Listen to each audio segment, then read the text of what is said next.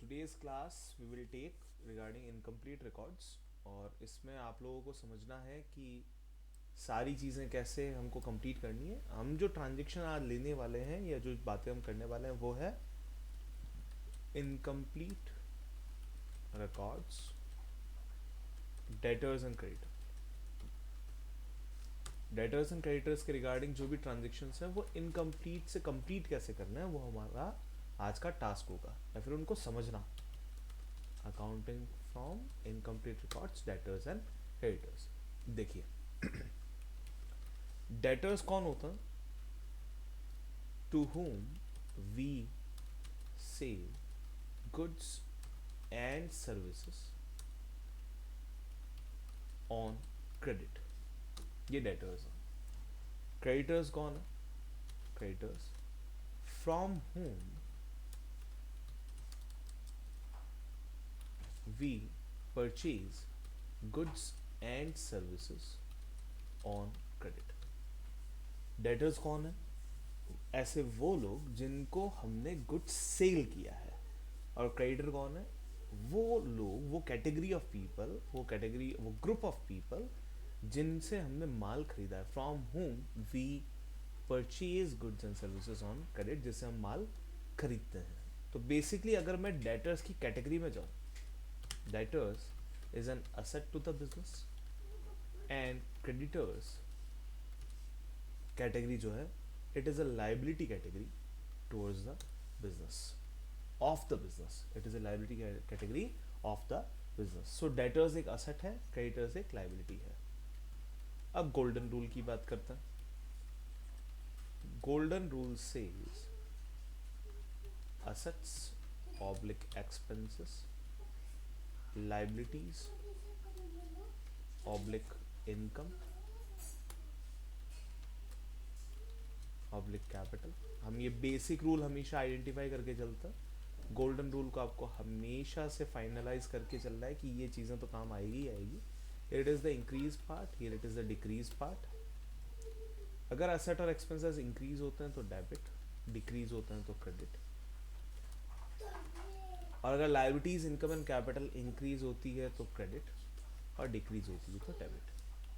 Sir आपका camera off है क्या? मेरा कैमरा ऑफ है। Yes yes yes yes yes, wait a second, I just connect. I thought कि आपको स्क्रीन दिख रही है। Yes please. तो अभी तक जो हमने चीज़ पढ़ी है that is accounting from incomplete records, debtors and creditors. Debtors आपको अब दिख रहा है आराम से? Yes sir. यस बेटा।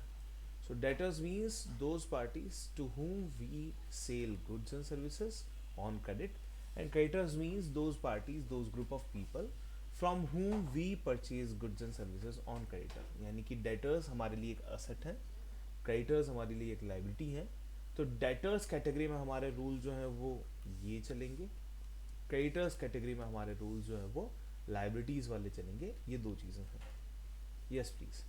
यहाँ तक की चीज़ अगर समझ में आ गई हो तो आप एक बार इनको लिख लीजिए, then will move to the next level. क्योंकि अभी ये कोर चीज़ें हैं। इन कोर चीज़ों के बाद में जो भी है वो आपको रिकॉर्डेड क्लास में आपको चेक करना है वापस से। जो रिकॉर्डिंग्स हुई हुई होगी उसमें आप देख के लिखिएगा, क्योंकि अभी बेसिक चीज़ ये है, ये आपको लिखनी चाहिए।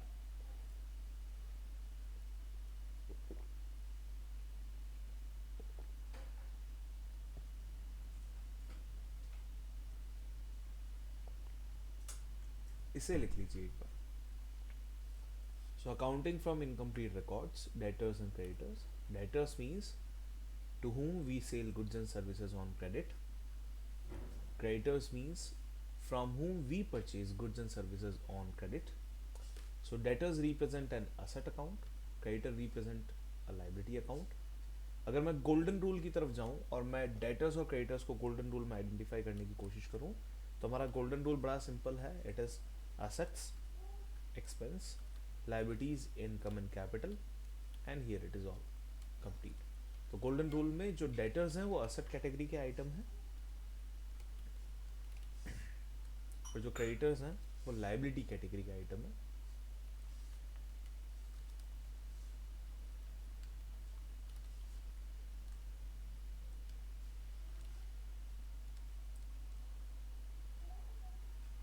यस प्लीज, यहाँ तक लिख लें तो आप फिर अपन आगे बढ़ेंगे, you please confirm.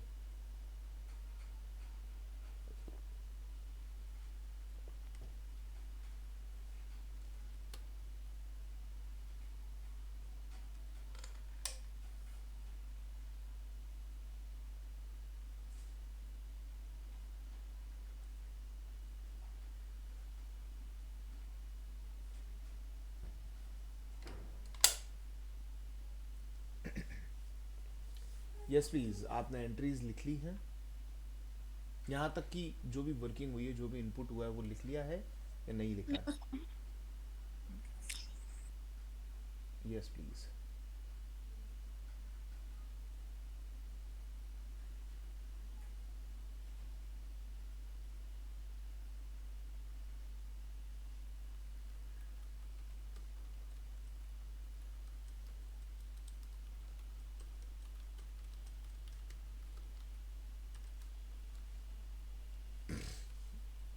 Once the entries are done, once the upper input is done by you people, I'll go with transactions related to debtors and creditors. Debtors और क्रेडिटर्स के रिगार्डिंग जो ट्रांजेक्शन्स होते हैं उनको हम यहाँ पे चेकआउट करेंगे कि कौन कौन से ट्रांजेक्शन्स हैं जो डेटर्स या क्रेडिटर्स के रिगार्डिंग चलता है.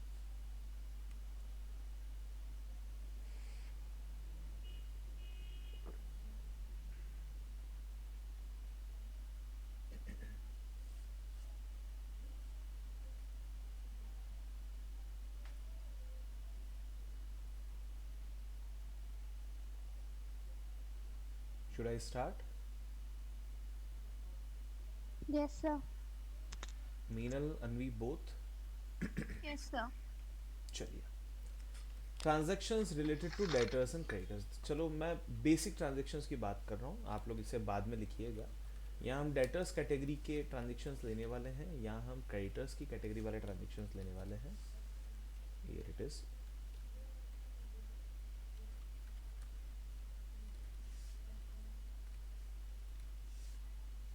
Let's see. So debtors category के जो ट्रांजेक्शन्स हैं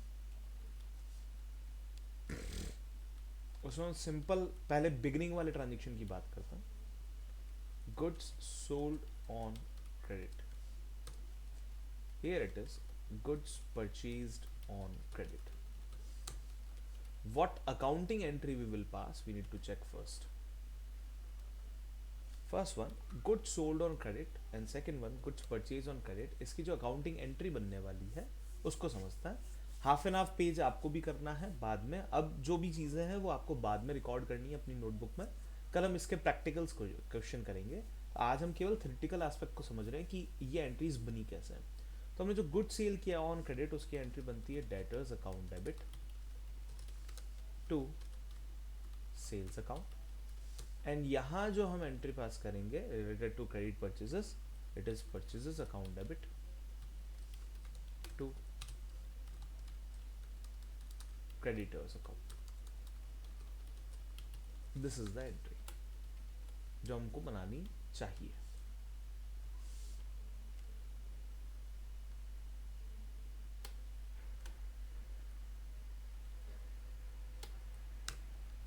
नंबर 2, जहाँ पे आपको डाउट लगे कि नहीं ये एंट्री में कुछ इश्यू है या इस एंट्री में समझ में नहीं आ रहा है, वहाँ प्लीज़ मुझे बताइएगा. I will go for the explanation. Otherwise जब तक एंट्रीज नॉर्मल चलती जा रही है वैसे चलते जाने दीजिए. तो फर्स्ट एंट्री आपके पास में हो गई है, it is done. Second entry is all easy. ये फर्स्ट एंट्री कंप्लीट है. अब सेकेंड एंट्री की तरफ बढ़ता. Goods sold for cash, goods purchased for cash. देखिए ट्रांजैक्शन में आपको जो अकाउंट्स बनाने हैं उसके अंदर आपको पता लगाना पड़ेगा कि उस पर्टिकुलर एंट्री में वो अकाउंट का इन्वॉल्वमेंट हुआ है या नहीं हुआ है. अगर उस एंट्री के अंदर, अगर उस जर्नल एंट्री के अंदर ट्रांजैक्शन में उस अकाउंट का इन्वॉल्वमेंट ही नहीं है तो उसे लेजर पोस्टिंग में भी नहीं किया जाएगा. तो जब हम कल के प्रैक्टिकल क्वेश्चंस कंप्लीट करेंगे तो हमें ये काफ़ी ध्यान रखना होगा कि ऐसे कौन से ट्रांजेक्शन्स हैं डेटर्स या क्रेडिटर्स के रिगार्डिंग जो वहाँ पे इन्वॉल्व हुए हैं उस पर्टिकुलर टास्क में.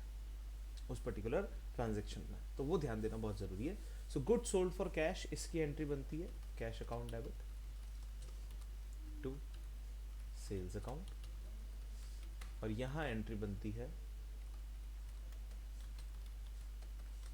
Purchases account debit to cash account. तो इन दोनों ही ट्रांजेक्शन्स में कैश से ट्रांजेक्शन्स कंप्लीट हुए हैं और डेटर्स एंड क्रेडिटर्स अकाउंट की कोई रिक्वायरमेंट यहाँ पे नहीं है। नंबर 3,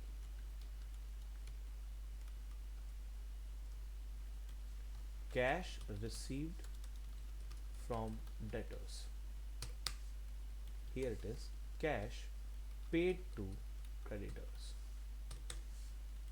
सिंपल ट्रांजेक्शन्स है, डेटर्स से कैश मिला है, डेटर्स से कैश मिला है तो हम एंट्री पास करेंगे cash account debit to debtors account. यहाँ डेटर्स अकाउंट का इन्वॉल्वमेंट होगा और payment cash paid to creditors में होगा creditors account debit to cash account. Here it is.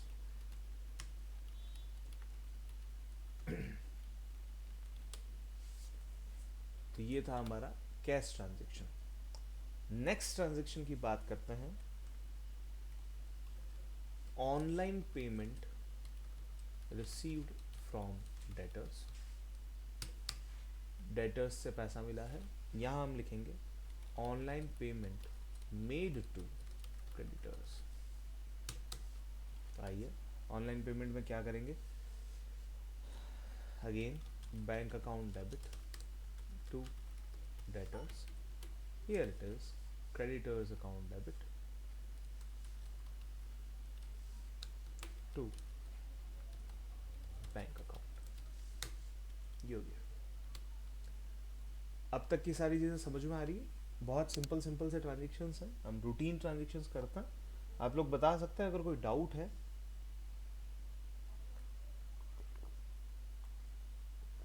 Yes please, any doubt? No sir. Okay जी बेटा, online payment receive from debtors ही हो गया, cheque received from debtors and deposited. हमने debtors से cheque receive किया है, वो डिपॉजिट हो चुका है। Here it is cheque paid to creditors. Creditors को हमने चेक पे किया था। अब इसकी भी एंट्री चेक कर लेता हूँ। Here it is a very simple entry to understand. Bank account debit. Yes, bank account debit to again debtors account, and here it will be creditors account debit to bank account. Same entry जो हमने यहाँ ऊपर की तरफ entry pass की है, same sort of entry we have passed here.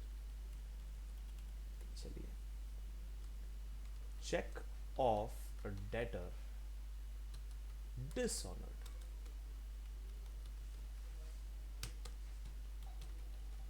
क्या हो गया यहाँ पे, डेटर्स को जो हमने, डेटर्स से हमें जो चेक मिला था वो डिसऑनर हो गया। Cheque given to creditors dishonoured. हमने यहाँ पे जो क्रेडिटर्स को चेक दिया था वो डिसऑनर हो गया। अब इसमें मतलब समझो, जो हमारा डेटर से चेक आया था उससे हमको पैसा नहीं मिला, यानी कि हमने उसको बैंक में डिपॉजिट तो करवाया लेकिन वो डिसऑनर हो चुका है। डिसऑनर होना मीन्स हमें पे नहीं हुआ है, ऑनर नहीं हुआ है। ऑनर मीन्स पेमेंट होना, डिसऑनर मीन्स पे नहीं होना।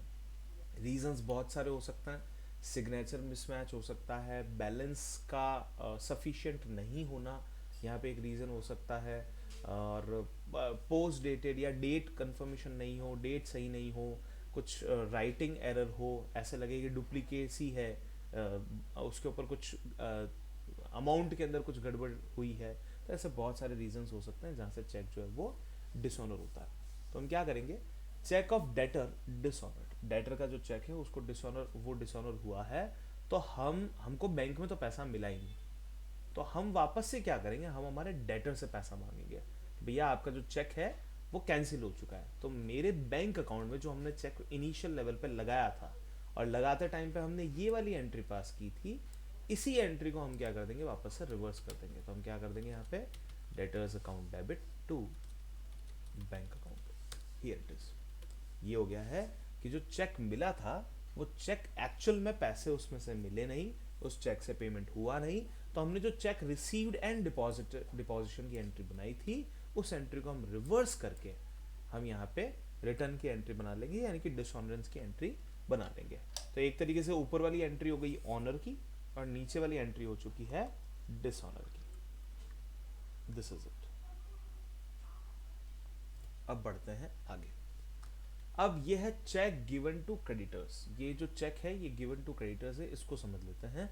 चेक गिवन टू क्रेडिटर्स का मतलब क्या हुआ कि हमारे जितने भी क्रेडिटर्स हैं उनको हमने चेक दिया और वो डिसऑनर हो चुका है, तो cheque given to creditors dishonoured. तो अब देखिए, हमने जब चेक दिया था तो हमने ये एंट्री पास की थी, अब इसी की रिटर्न एंट्री हमको पास करनी है। तो एंट्री बन जाएगी बैंक अकाउंट डेबिट, क्योंकि बैंक से पैसे तो कटे ही नहीं, रिड्यूस होने चाहिए थे, हमने रिड्यूस कर दिए थे, बट एक्चुअल में कुछ कोई भी एरर हो सकता है, शायद हमारे ही अकाउंट में पैसे नहीं हो, शायद हो सकता है कि सिग्नेचर गड़बड़ हो गए हों।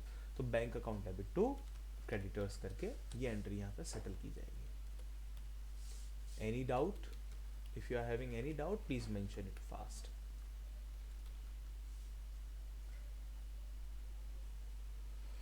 तो ये थे हमारे बैंक और चेक के ट्रांजेक्शन्स, बैंक के रिगार्डिंग ट्रांजेक्शन, पैसा आने के रिगार्डिंग ट्रांजेक्शन। अब हम कुछ और अदर नेचर के ट्रांजेक्शन्स को भी यहाँ पे कंप्लीट करते हैं जो डेटर्स और क्रेडिटर्स के रिगार्डिंग है। Let's see, our transaction is discount allowed to debtors. Debtors को डिस्काउंट दिया, और ये है डिस्काउंट रिसीव्ड फ्रॉम क्रेडिटर्स। चलिए, इसकी एंट्री क्या आप बता सकते हो?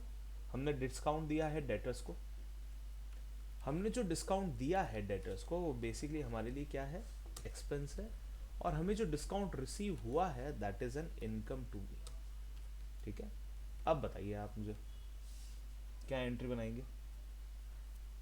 यस प्लीज, अनवी आप बताइए डिस्काउंट अलाउड टू डेटर्स की एंट्री, और मीनल आप बताइए डिस्काउंट रिसीव्ड की एंट्री।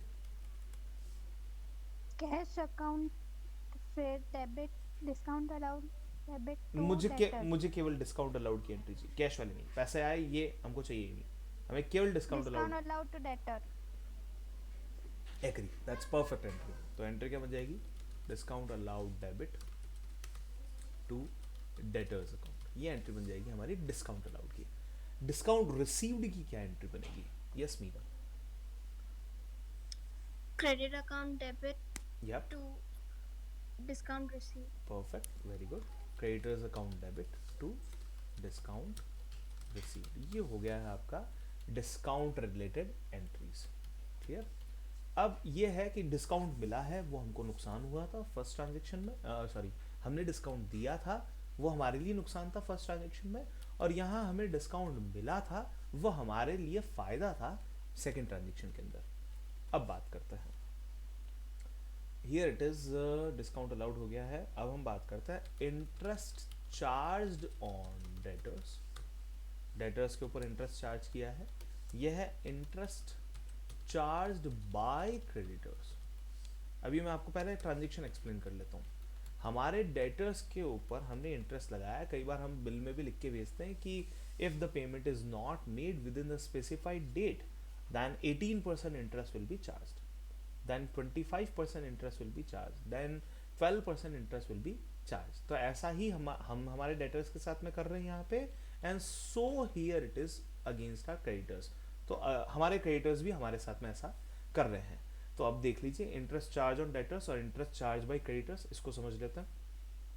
तो interest charge on debtors and interest charge by creditors, इसको हम यहाँ पे एक्सप्लेन कर लेते हैं। इंटरेस्ट चार्ज के हमारे पास में जो वर्किंग है उसको चेक कर लेते हैं। तो हमने यहाँ पे इंटरेस्ट चार्ज किया है, इंटरेस्ट चार्ज जो हमारा है दैट इज आर इनकम, यहाँ हमने डेटर्स के ऊपर इंटरेस्ट लगाया है, और इंटरेस्ट चार्ज बाय क्रेडिटर्स ये हमारे लिए, हमारे क्रेडिटर्स ने लगाया, तो ये हमारे लिए एक्सपेंस है। अब सोच के देखिए एंट्री क्या बनती है। Yes, first entry will be pass by Meenal and second entry will be pass by Anvi. First entry interest charged on debtors, हमने हमारे डेटर्स के ऊपर इंटरेस्ट लगाया है. Debtors account debit to interest. Very good, correct entry. Debtors account debit to interest, और ये जो हमने इंटरेस्ट चार्ज किया it is our income. Yes Anvi, आपका turn. Interest charge by creditors, हमारे क्रेडिटर्स ने हमसे इंटरेस्ट चार्ज किया है. Interest account debit to creditor. Interest expense लिख लेते हैं. वेरी गुड, एंट्री करेक्ट है. Interest expense debit to creditors account. Creditor. Fine. So ये आपको डिस्काउंट और इंटरेस्ट के जो ट्रांजेक्शन हैं वो भी यहाँ पे क्लियर हो गए कि अगर डिस्काउंट देंगे या इंटरेस्ट चार्ज करेंगे तो कैसे ट्रांजेक्शन यहाँ पे होगा. अब पैसे डूबने की एंट्री की बात करते हैं. Debtors become bed and amount not recoverable. Debtors जो है वो बेड हो गए हैं और अमाउंट नॉट रिकवरेबल है. ठीक है, यहाँ पे हम इस ट्रांजेक्शन को एक डिफरेंट कैटेगरी में लेके जाएंगे, जो ट्रांजेक्शन हम नहीं चाहते हैं कि हम कभी ज़िंदगी में बनाएं, लेकिन फिर भी business become insolvent and amount not payable to creditors. देखिए पहली चीज ये है कि हम हमारे डेटर्स से पैसा नहीं ले पा रहे, तो डेटर्स रिड्यूस हो रहे हैं और वो बेड डेट की वजह से हो रहा है.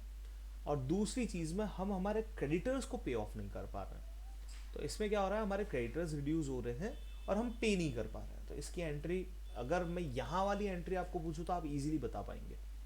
डेटर्स बेड हो चुके हैं, डेटर्स बेकार हो चुके हैं, तो ट्राई कीजिए क्या आप सही एंट्री बना पाते हैं. Debtors become bad and amount not recoverable. Yes please. Debts account debit to debtor. Yes correct है. Bad debts account debit to debtors account. Anvi आप ये वाली एंट्री जरूर बना पाएंगे.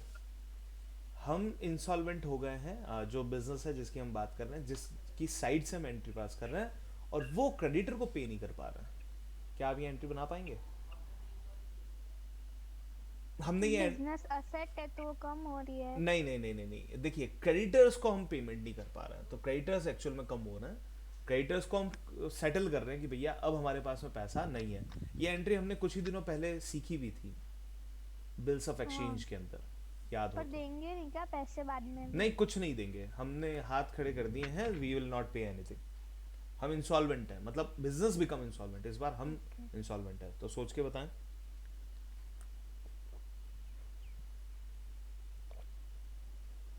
चलिए मैं सजेस्ट करता हूँ. और क्रेडिटर टू, हाँ creditors account debit to to. में पता नहीं. टू में पता नहीं, टू देख Bad लेते हैं. एक वर्ड था डेफिशिएंसी अकाउंट, डेफिशिएंसी. है ना, डेफिशिएंसी. हाँ. तो डेफिशिएंसी अकाउंट आप यहाँ पे यूज में ले सकते हैं. तो जब बेड डेट की बात आती है, डेटर बिकम बैड और ये चीज हो रही है, तो अमाउंट नॉट रिकवर, उसके अंदर बेड डेट वर्ड यूज में लिया जाता है. लेकिन अगर हम हमारे क्रेडिटर्स को पे ऑफ नहीं कर पा रहे हैं, in that situation what name we will use the deficiency account. Clear है? इसको हम क्या कहते हैं, deficiency account. Correct Meenal ma'am, समझ में आया? Yes sir. पक्का.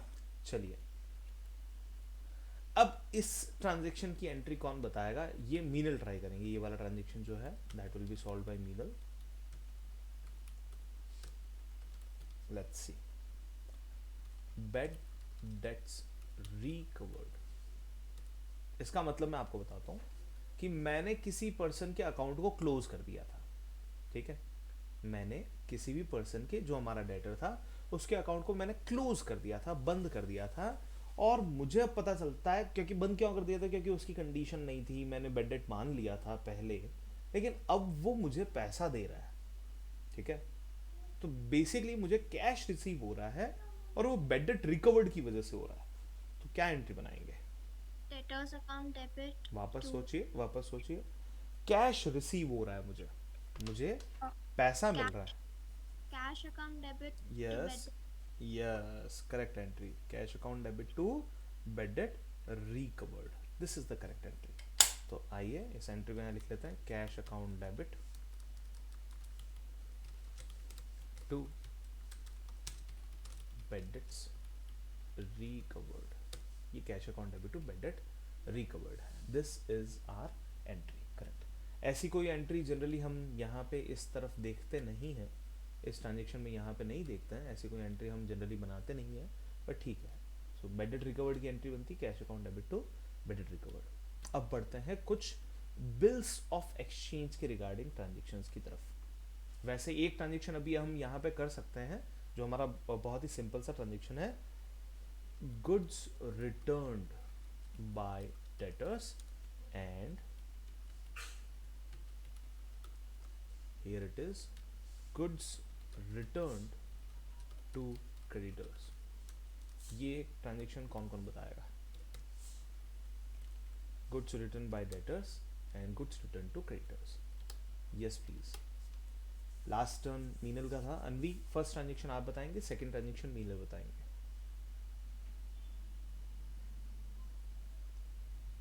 डेटर ने वापस दे दिए मतलब goods। तो बेसिकली मैं मान के चलता हूँ कि गुड्स रिटर्न का यहाँ पे मतलब होगा सेल्स रिटर्न, हाँ, और यहाँ गुड्स रिटर्न का मतलब होगा Meenal purchase return. Purchase return. अब आप एंट्री बनाइए, ये वाली एंट्री अनवी को बनानी है और जो सेकंड वाली एंट्री है वो मीनल बनाएंगे। Yes please do it fast. देखो डेटर कम हो जाएगा जैसे ही उसने माल लौटाया, अब उससे जो मांगने वाले पैसे हैं वो धीरे धीरे कम हो जाएंगे, और जब मैंने मेरे तो क्रेडिट होगा। हाँ, और इधर क्रेडिटर्स के केस में जब मैंने अपने क्रेडिटर को माल वापस दे दिया तो मेरे क्रेडिटर का बैलेंस कम हो जाएगा। So let's make the entry. Yes please for the first one. Yes Anvi. Goods return by debtors, sales return debit to debtors. Sales return debit to debtors. अच्छा, इसमें एक हेल्प हम कर सकते हैं कि सेल्स का जो नेचर होता है, सेल्स किसी भी अकाउंट में आती है तो वो क्रेडिट साइड में आती है, और सेल्स रिटर्न जो है वो उसकी रिवर्स होगी, डेबिट होगी। Yes Meenal, now it is your turn. Creditors account debit very good, creditors account debit us to purchase return। Creditors account debit, बहुत perfect, creditors account debit to purchase return, बढ़िया। तो ये ट्रांजेक्शन जो है वो हमको दोनों को ही बहुत सिंपल वे में समझ में आ गया है। अब बढ़ते हैं आगे। Now few transactions are related to bills of exchange. अब ये बिल्स ऑफ एक्सचेंज क्या नया वर्क है उसको हम यहाँ पे थोड़ा सा एक्सप्लेन कर लेते हैं। वैसे आपके इनकम्प्लीट रिकॉर्ड्स में बिल्स ऑफ एक्सचेंज के ट्रांजेक्शंस अवेलेबल हैं, but as we see the NCERT syllabus this time for RBSE syllabus, तो बेसिकली उसमें से ये चैप्टर को इन्होंने रिमूव कर दिया है for the Covid period. Bills of exchange वाला जो चैप्टर है वो कोविड पीरियड के लिए रिमूव्ड है। अब फिर भी हम यहाँ पे कुछ चीज़ें समझते हैं बिल्स ऑफ एक्सचेंज के regarding. Bills of exchange simply a mediatory document. अगर मेरे डेटर ने मुझे साइन करके दिया है, यानी कि मैंने अपने डेटर से साइन करवाए हैं, तो अब मैं उस बिल से पैसा मांगूंगा, उस डॉक्यूमेंट से पैसा मांगूंगा। और अगर मेरे क्रेडिटर्स को ये साइन करके मिले हैं तो मेरे क्रेडिटर उससे मुझसे पैसा मांगेंगे। तो मैं अगर डेटर को बिल साइन करवा देता हूं तो मेरे लिए डेटर कन्वर्ट हो चुके हैं किसमें, बिल्स रिसीवेबल में। और अगर मैं क्रेडिटर्स, मेरे क्रेडिटर्स मुझसे वो साइन करवा देते हैं बिल्स ऑफ एक्सचेंज, तो वो बन जाएगा मेरे लिए bills payable. Let's take it. अभी कैसे होगा यहाँ पे अपन समझ रहे हैं।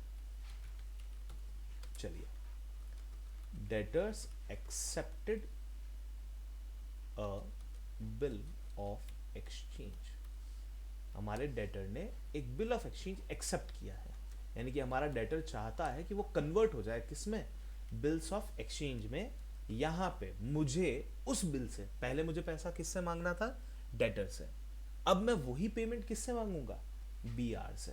ठीक है, तो मेरे लिए बिल्स रिसीवेबल है। और यहाँ पे ट्रांजेक्शंस हैं, creditors drawn a bill of exchange, ये हमारे लिए हो जाएगा बिल्स पेबल। अब बताइए ये ट्रांजेक्शन कैसे होंगे, क्या होंगे। मैं एक सिंपल सा हिंट आपको दे देता हूँ ट्रांजेक्शन की एंट्री बनाने के लिए, कि फर्स्ट वाले ट्रांजेक्शन में बिल्स रिसीवेबल मेरे लिए एक असेट है, और मेरा डेटर इस बिल्स रिसीवेबल असेट में कन्वर्ट हो गया। मतलब पहले मैं अपने डेटर से पैसा मांगता था, अब मेरे डेटर ने बोला है कि मैं साइन करके दे देता हूँ, एक डॉक्यूमेंट देता हूँ कि मैं 2 महीने बाद में पे कर दूंगा, I will make the payment after some specified time period. So अब मेरे डेटर कन्वर्ट हो गए हैं बिल्स रिसीवेबल में. इन दिस कैटेगरी हमने हमारे क्रेडिटर को कहा है कि we are ready to make the payment after a certain time period. तो हमने हमारे क्रेडिटर्स को ट्रांसफर कर लिया है बिल्स पेबल में. बिल्स रिसीवेबल मेरे लिए एक असेट है, बिल्स पेबल मेरे लिए एक लाइबिलिटी है. अब कौन बताएगा? यस अनवी, फर्स्ट आपका है ट्रांजेक्शन, सेकंड ट्रांजेक्शन मीनल का है. यस प्लीज बताइए. डेटर जो है वो कन्वर्ट हो रहे हैं बिल्स ऑफ एक्सचेंज में, यानी कि बीआर में. हमें बीआर से पैसा मिलेगा. और सेकंड ट्रांजेक्शन में क्रेडिटर कन्वर्ट हो रहे हैं bills receivable account to debtors. Very good, nice. Bills receivable debit to debtors account. Yes Anvi, done. Meenal आपकी बारी. Creditors account debit to bills payable. Very good. Creditors account, both correct. Creditors account debit to bills payable. Very good both of you. ये done है. तो debtors ने क्या किया है? Bills of exchange accept कर लिया है. क्रेडिटर्स ने क्या किया है? बिल्स ऑफ एक्सचेंज ड्रॉ किया था, जिसको हमने एक्सेप्ट किया है कि हाँ हम आपको पे करेंगे. अब आए bills receivable matured and honoured. यानी कि बिल्स रिसीवेबल मैच्योर हो गए और ऑनर हो गए. ऑनर हो गए मतलब उसका पेमेंट हो गया. Bills payable matured and honoured. चलिए इस बार मीनल फर्स्ट एंट्री बताएंगे और अनवी सेकंड एंट्री बताएंगे. अब बड़े ध्यान से मैं इसका एक बार मतलब समझा देता हूँ. बिल्स रिसीवेबल से पैसे मिल गए और जो सेकंड ट्रांजेक्शन है उसका मतलब है बिल्स पेबल को हमने पे कर दिया. अब बड़े ध्यान से इन ट्रांजेक्शंस को वैसे फील करके चलना. मैं दो यहाँ हेल्प कर देता हूँ थोड़ी सी. बिल्स रिसीवेबल मैच्योर हुए और पेमेंट आ गया, यानी कि कैश हमें रिसीव हुआ है बिल्स रिसीवेबल के अगेंस्ट में. यहां क्या बनता है? बिल्स पेबल का पेमेंट किया है, यानी कि कैश आउट हो रहा है.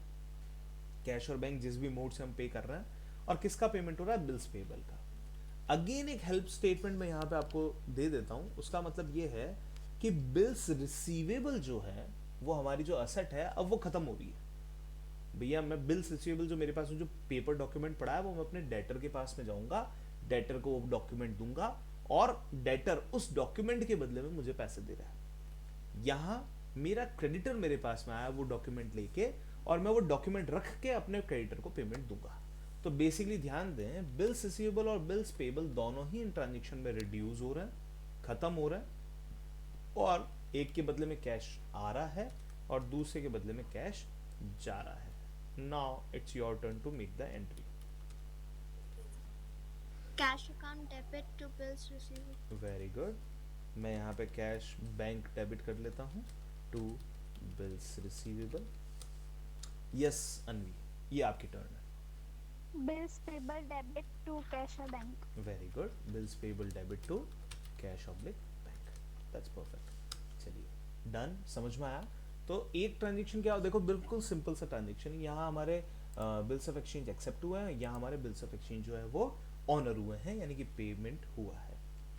अब बढ़ता bills receivable matured but dishonoured. Bills payable matured but dishonoured. चलिए इसका मतलब समझ लेते हैं. हमारे पास में हम गए पहले वाले ट्रांजेक्शन की बात करते हैं. फर्स्ट ट्रांजेक्शन इस बार करना है अनवी को, सेकंड ट्रांजेक्शन करना है मीनल को. फर्स्ट ट्रांजेक्शन को पहले समझते हैं. हम हमारे डेटर्स के पास में कहे कि भैया पैसे दे दीजिए, और डेटर्स ने ऑनर नहीं किया. ऑनर नहीं किया मीन्स पेमेंट नहीं दिया. तो अब बिल्स रिसीवेबल जो वो बिल था, जो डॉक्यूमेंट था, उसकी तो ड्यूरेशन, उसकी जो वैलिडिटी थी वो तो कैंसिल हो चुकी है. यानी कि हमारा जो बिल्स रिसीवेबल है वो बेकार हो चुका है. अब हमें उस बिल्स रिसीवेबल से पैसे नहीं मिलेंगे. तो अब हम उस डॉक्यूमेंट को क्लीन करके, अब हम उस डॉक्यूमेंट को रिड्यूस करके, उसको खत्म कर देते हैं, बिल्कुल फिनिश कर देते हैं. उसकी जगह पे हम वापस से पैसा किससे मांगना शुरू कर देंगे? अब हमारे डेटर्स से directly.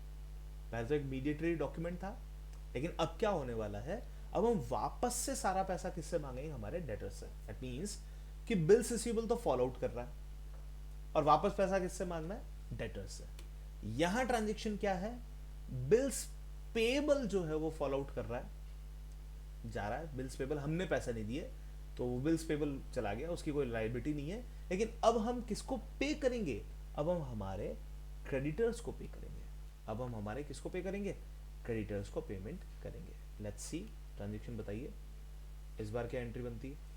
Yes Anvi, first your turn, second part is Meenal's turn. Debtors account to bills receivable. Very good. देखो यहां एंट्री में ऑनर हुआ था तो कैश आया था, बिल्स रिसीवेबल गया।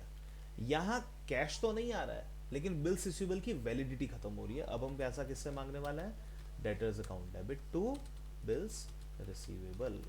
Very good. चलिए मीनल यहां आप बताइए। Bills payable account debit. Bills payable account debit, very good. Bills Credit. Payable to creditors account, perfect. ये हो गई आपकी entry, that's perfect, all good. अब बढ़ता हूं, बिल्स रिसीवेबल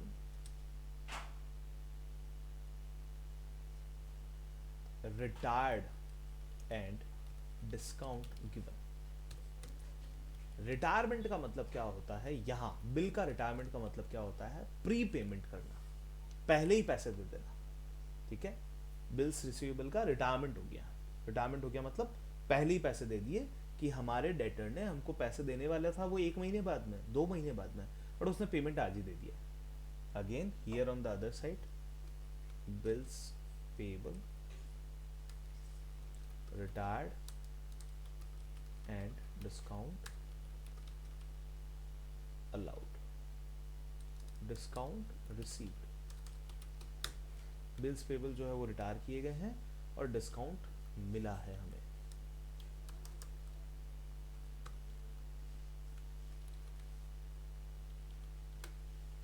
यस प्लीज। देखो रिटायर्ड वर्ड सीधा सीधा बोलता है कि भैया बिल्स रिसीवेबल तो गए, जो सेकंड वाला है उसमें रिटायर्ड वर्ड बोलता है कि बिल्स पेबल तो गए, और डिस्काउंट हमने यहाँ पे दिया है और यहाँ डिस्काउंट रिसीव हुआ है। First transaction will be solved by Meenal, second will be solved by Anvi. Yes please. Bills receivable तो जा रहा है और डिस्काउंट हमने डिस्काउंट दिया है उसके अगेंस्ट में। Yes please.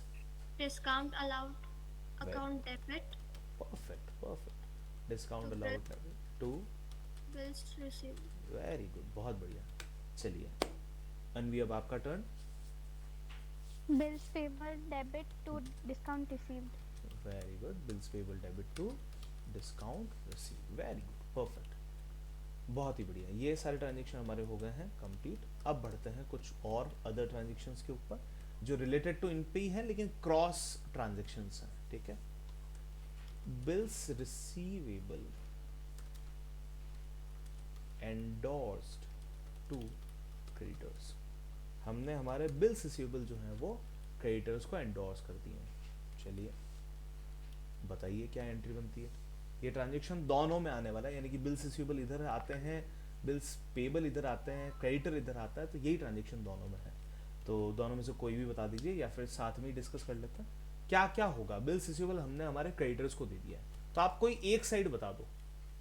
बिल्स रिसीवेबल जा रहे हैं और क्रेडिटर्स जो हैं वो खत्म हो रहा है, बताइए।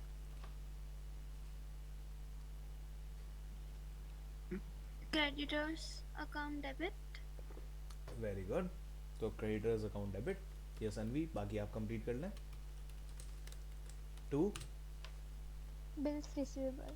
perfect, bills receivable, same entry will pass here onto the other side, here it is। ये भी यही एंट्री पास करेंगे, यहाँ पे भी क्रेडिटर के रिगार्डिंग जो एंट्री बनेगी वो ये है, दैट इज इट। चलिए अब आगे बढ़ते हैं। एंडोर्स्ड बीआर, एंडोर्समेंट का मतलब क्या होता है, ट्रांसफर करना।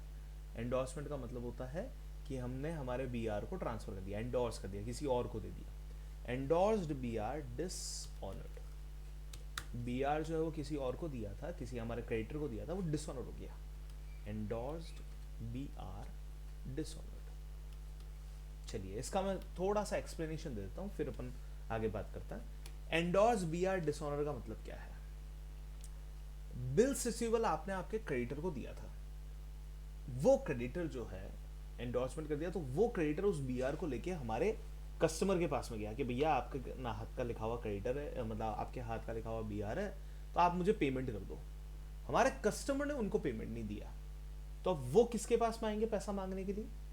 उनका बीआर तो गया, ठीक है, उनके हाथ से, हमारे पास में तो बीआर था ही नहीं। वो पैसा मांगने किससे आएंगे? वो पैसा मांगने आएंगे हमसे। किससे? हमसे। और हम वही पेमेंट किससे मांगेंगे बेटा? हम वही पेमेंट मांगेंगे किससे? हमारे डेटर्स से। तो एंट्री यहां पे क्या बनती है? एंट्री यहां पे बनती है debtors account debit to creditors account. इस एंट्री में कोई डाउट हो तो प्लीज मेंशन करें। Debtors account debit to creditors account, ये एंट्री है, ये एंट्री आपको समझनी है। तो debtors account debit to creditors account, ये एंट्री। इसका मतलब मैं वापस आपको एक्सप्लेन कर देता हूँ कि हमने हमारे क्रेडिटर्स को बीआर दिया था, बिल्स रिसीवेबल दिया था, एंडोर्स किया था उनको, और वो एंडोर्स बीआर, उसका पेमेंट जब हमारे क्रेडिटर मांगने गए तो उनको पैसा नहीं दिया गया। तो अब क्रेडिटर वापस किससे पैसा मांगेंगे? हमसे, यानी कि क्रेडिटर हमारे लिए हो गया लाइबिलिटी, और हम वही पैसा किससे मांगेंगे? हमारे डेटर से। तो एंट्री बनती है debtor account debit to creditors account. अब बढ़ते हैं आगे। आई थिंक 2 ही ट्रांजेक्शन और हैं, कंप्लीट हो जाएगा। That's all for today. 2 transaction और हैं, वो हम समझ लेते हैं। नोटिंग चार्जेस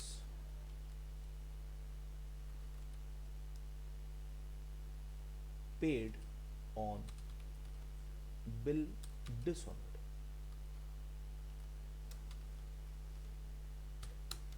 हमने हमारे बिल के डिसऑनरेंस होने पे पेमेंट किया है नोटिंग चार्जेस का, और ये पैसा मैं किससे मांगने वाला हूं? मेरे डेटर से। इस चीज को बड़े ध्यान से समझना। अनवी, फर्स्ट ट्रांजेक्शन आप करेंगे, सेकंड ट्रांजेक्शन मीनल करेंगे, ठीक है? ये ट्रांजेक्शन बहुत इंटरेस्टिंग है, इसको समझना। Noting charges paid on bill dishonoured, ठीक है?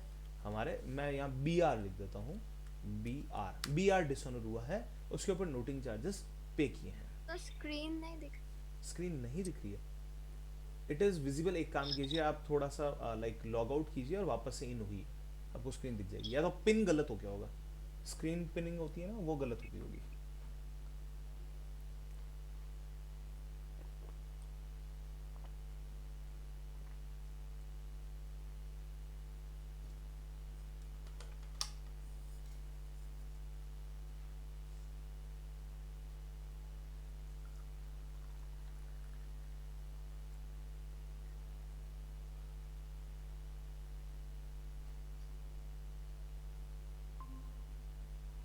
Yes, please. Now it is visible. Is it? Yes sir. Yes, चलिए। तो noting charges, noting charges paid on BR dishonour. हमारे जो बिल्स रिसीवेबल थे वो डिसऑनर हो गए हैं, और डिसऑनर हो गए हैं तो हम गए वकीलों के पास में, हम गए नोटरी पब्लिक के पास में, और नोटरी पब्लिक से उन बीआर को हमने नोटिफाई करवाया है। तो मैंने कुछ कैश पे किया है, वो कैश पेमेंट जो मैंने किया है वो मैं डेटर से वापस से वसूल करूंगा। वो पैसा मैं किससे लूंगा? वो पैसा मैं लूंगा डेटर्स से। तो ये आ जाएगा noting charges paid on bills dishonoured, ठीक है? Noting charges paid by creditor on BP dishonour. Bills payable जो डिसऑनर हुआ है उसके ऊपर नोटिंग चार्जेस जो है वो पे किए गए। अब आइए, अब मैडम अब समझते हैं।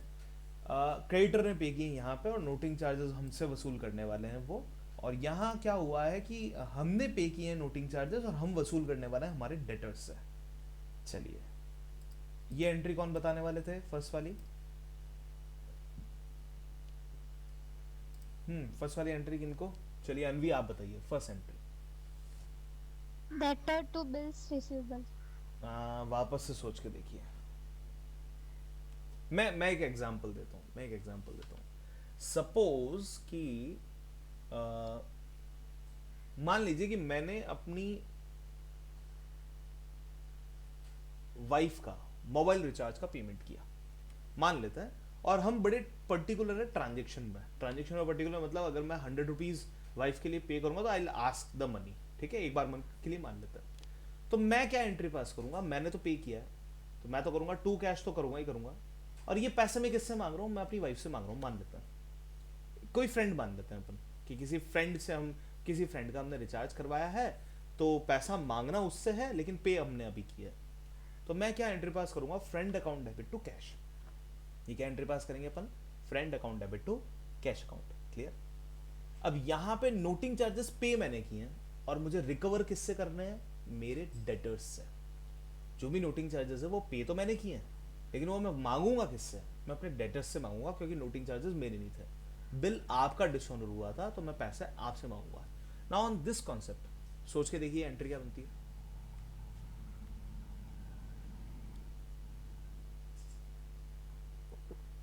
सोचिए मैडम। तो बिल्स रिसीवेबल मतलब पूरा ही खत्म हो गया है। बिल्स रिसीवेबल तो कब का खत्म हुआ, उसको हमने अब नोटिफाई करवाया। नोटिफाई करवाया मतलब कि कोर्ट में जाके हमने जो वकील थे हमारे, जो नोटरी पब्लिक थे, उनसे हमने सील साइन करवाया है, और उन नोटरी पब्लिक को हमने 200 rupees, 100 rupees, 500, what ever it was, वो हमने पे किया। तो बेसिकली मैं पेमेंट कर रहा हूँ और वो पैसा मुझे मेरे डेटर से मांगना है, ये एंट्री है। मैंने debtors to cash. Yes, agree agree agree, debtors account debit to cash account, ठीक है, ये एंट्री करेक्ट है। अब अनवी आप यहाँ पे चेक, मीनल आप चेक कीजिए, मेरा एक्सपेंस हुआ है, मतलब कोई पर्सन मुझसे किसी पर्टिकुलर चीज का पैसा मांगता है, बट वो पैसा मैंने पे नहीं किया है, तो एक एक्सपेंस हुआ है नोटिंग चार्जेस का, जिसका पेमेंट मुझे किसको देना है, मेरे क्रेडिटर को देना है। वापस से मैं एक्सप्लेन कर रहा हूँ, इसी लाइन को मैं वापस रिपीट कर रहा हूँ। मेरा एक्सपेंस हुआ है नोटिंग चार्जेस का, कोई मुझसे नोटिंग चार्जेस के पैसे मांगने वाला है, और वो कौन है मांगने वाला, that is my creditor. Entry बताइए। Cash account debit. No no no no no, मांगेगा, पैसे मिल तो नहीं रहे, मैंने पैसे, मुझे पैसे नहीं मिल रहे, मेरा तो खर्चा हुआ है। सपोज, अब यहां पे एक एग्जांपल समझना है, सपोज मेरे मोबाइल फोन का रिचार्ज मेरे किसी फ्रेंड ने करवा दिया। अब यहां पे इस चीज को बड़े ध्यान से समझना मीना, मोबाइल फोन का रिचार्ज किसका था, मेरा, पेमेंट किसने किया है, फ्रेंड ने। तो मैं अब फ्रेंड को पैसे दूंगा, जब भी मिलेगा, जब भी दूंगा, तब मैं अपने फ्रेंड को पैसा दूंगा। तो मैं एंट्री क्या पास करूंगा बेटा, मैं एंट्री पास करूंगा मोबाइल चार्जेस डेबिट, ये है तो एक्सपेंस मेरा, it is expense to me only, so mobile charges debit to friend account. तो applying the same concept here, noting charges मेरे हैं और मुझे पैसा किसको देना है, क्रेडिटर को। Not think the entry. Yes बेटा। Bills payable account debit. No no no, noting charges का पेमेंट देना है मुझे, Noting noting, charges account debit. यस, नोटिंग चार्जेस डेबिट टू, अब ये पैसा देना किसको है, Credit. वेरी गुड, ये पैसा हमको देना है क्रेडिटर्स को। क्लियर। ये एंट्री जो है वो, ये एंट्री में ऐसा नहीं है कि यहाँ कैश लिखा है तो यहाँ पे भी कैश कर लो, ऐसा नहीं होगा, तो इसको थोड़ा समझना है। Last entry for the day, mutual इनडेप्टनेस, ये आपको रेयरली देखने को मिलेगी, म्यूचुअल इनडेप्टनेस की एंट्री, म्यूचुअल इनडेप्टनेस। चलिए इस एंट्री को क्या कहते हैं या क्या सिचुएशन है उसको समझते हैं। म्यूचुअल इंडेप्टनेस एक ऐसी कैटेगरी है कि कोई एक पर्सन मेरा डेटर भी है और कोई पर्सन मेरा क्रेडिटर भी है, ठीक है। मतलब समझ लेते हैं कि सपोज अनवी और मीनल आप दोनों हैं, अब इसको समझें। सपोज किसी एक ट्रांजेक्शन की वजह से अनवी मीनल को गुड सेल करता है और मीनल अनवी को गुड सेल करता है, दोनों ही ट्रांजेक्शन आपस में होते रहता है। तो एक तरीके से देखा जाए तो अनवी के लिए मीनल डेटर भी है और क्रेडिटर भी है, मीनल के लिए अनवी डेटर भी है और क्रेडिटर भी है। इसको बोलते हैं म्यूचुअल इंडेप्टनेस की कंडीशन, ठीक है। सो म्यूचुअल इंडेप्टनेस सेटल्ड की अगर मैं बात करूं, म्यूचुअल इंडेप्टनेस सेटल्ड, तो इसकी बात मैं करूंगा तो क्या कर रहे हैं हम, हमारे डेटर को भी कैंसिल कर रहे हैं और क्रेडिटर को भी कैंसिल कर रहे हैं। कैसे होगा वो मैं समझाता हूं। अब मान लीजिए कि आप मेरे डेटर और आप ही मेरे क्रेडिटर हैं। आप मुझसे पैसे मांगते हैं 20,000, क्योंकि मैंने आपसे कोई गुड्स सेल किया, गुड्स परचेज किया था। मैं आपसे पेमेंट मांगता हूं 15,000। क्लियर है? आप मुझसे कितना मांगता है? 20। मैं आपसे कितना मांगता हूं? 15। तो एक काम करते हैं, ये 15-15 आपस के जो है वो खत्म कर देते हैं। ये 15 जो आपके और मेरे आपस के जो बनते हैं, इनको हम कर रहे हैं फिनिश, इनको हम कर रहे हैं खत्म। अब सोच के देखिए, डेटर्स और क्रेडिटर्स दोनों ही आपस में खत्म हो रहे हैं, क्या एंट्री बनाएंगे? Creditors account debit to debtors account. Yes, very good. तो एंट्री क्या बन जाएगी? क्रेडिटर्स भी हो रहे हैं खत्म और डेटर्स भी हो रहे हैं खत्म, to debtors account. And Anvi, यहाँ क्या एंट्री बनाएंगे? Debtor to creditor. नहीं बेटा, म्यूचुअल इंडेप्टनेस दोनों के लिए म्यूचुअल हाँ, इंडेप्टनेस तो है। Creditor to debtor. Creditors account debit to debtors account. ठीक है, समझ में आई ये सारी एंट्रीज? देखो ये कितनी एंट्रीज हैं आज हमने, और काफ़ी सारा काम कंप्लीट हो गया है। तो अकाउंटिंग फ्रॉम इनकम्प्लीट रिकॉर्ड में डेटर और क्रेडिटर में हमने 1 2 3 4 5 6 7 8 9 10 11 12 13 14 15 16 17 18 एंड 19, 19 टू ज़ा 38 एंट्रीज हमने आज की क्लास में देखी है। आप लोगों को, अगर आपने अभी तक इसको नहीं लिखा है, तो जब आप इसको लिखेंगे तो ट्रांजेक्शन्स रिलेटेड टू डेटर्स पहले लिखें, ठीक है? फिर उसके बाद में ट्रांजेक्शन्स रिलेटेड टू क्रेडिटर्स बाद में लिखें। तो पहले डेटर्स वाले सारे ट्रांजेक्शन ले लीजिए। अच्छा 38 नहीं है, ये एक हमने लिखी नहीं है, यहाँ पे है ही नहीं ये एंट्री, तो ये हो गया 37 एंट्रीज। तो पहले ट्रांजेक्शन रिलेटेड टू डेटर्स लिखें, उसके बाद में प्रॉपर वे में ट्रांजेक्शन रिलेटेड टू क्रेडिटर्स लिखें, और send me the pic as soon as possible. जितना जल्दी हो सके ये पिक सेंड करें और इन चीज़ों को रिमेंबर करें। कल हम इनसे इनके रिगार्डिंग जो है वो क्वेश्चन सॉल्व करेंगे। Is it clear? Yes or no? Yes, sir. Yes, please. So, Meenal, Anvi, thank you so much. I am sharing you the link of this file. मैं आपको ये सेंड कर रहा हूँ, ठीक है? Okay then. Thank you. I am closing this. Okay then. Thank you sir.